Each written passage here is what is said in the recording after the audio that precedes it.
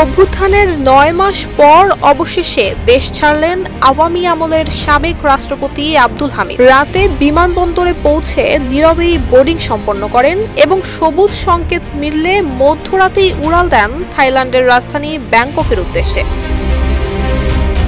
গত বছরের ৫ আগস্ট, যা বাংলাদেশের ইতিহাসে মোড় ঘোরানো একটি দিন হিসেবে পরিচিত।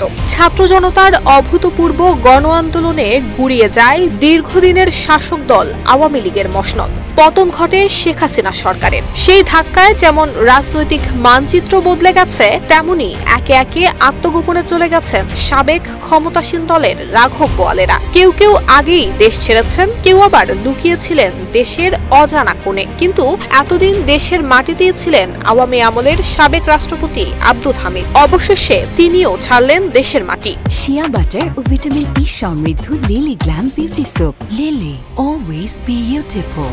৭ মে মধ্যরাতে ঠিক ৩টা ৫ থাই এয়ারওয়েজের TG340 নম্বর ফ্লাইটে ব্যাংককের উদ্দেশ্যে ঢাকা ত্যাগ করেছেন আব্দুল হামিদ। বিমানবন্দর সূত্রে জানা যায়, রাত ১১টার দিকে তিনি শাহজালাল আন্তর্জাতিক বিমানবন্দরে পৌঁছান। ইমিগ্রেশন ক্লিয়ারেন্স শেষে সবুজ সংকেত মিললে সম্পন্ন করেন বোর্ডিং। তবে বিভিন্ন মহল বলছে, এই দেশত্যাগ মোটেও সাধারণ ভ্রমণ নয়। আব্দুল হামিদের বিরুদ্ধে দায়ের করা হয়েছে হত্যা মামলা। বিশেষ করে গত ১৪ জানুয়ারি কিশোরগঞ্জ সদর থানায় একটি মামলায় উঠে আসে তার নাম। মামলার তালিকায় আরও রয়েছে এক সময়কার সবচেয়ে প্রভাবশালী নামগুলো: শেখ হাসিনা, শেখ রেহানা, সজীব ওয়াজেদ জয়, সাইমা ওয়াজেদ পুতুল, ওবায়দুল কাদের সহ অনেকের নামই এই মামলার খাতায়।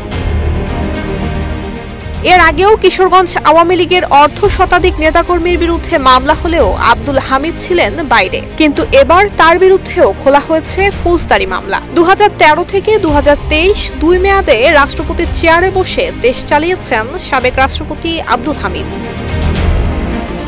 নুসরাত জাহান মেহেক, ঢাকা পোস্ট।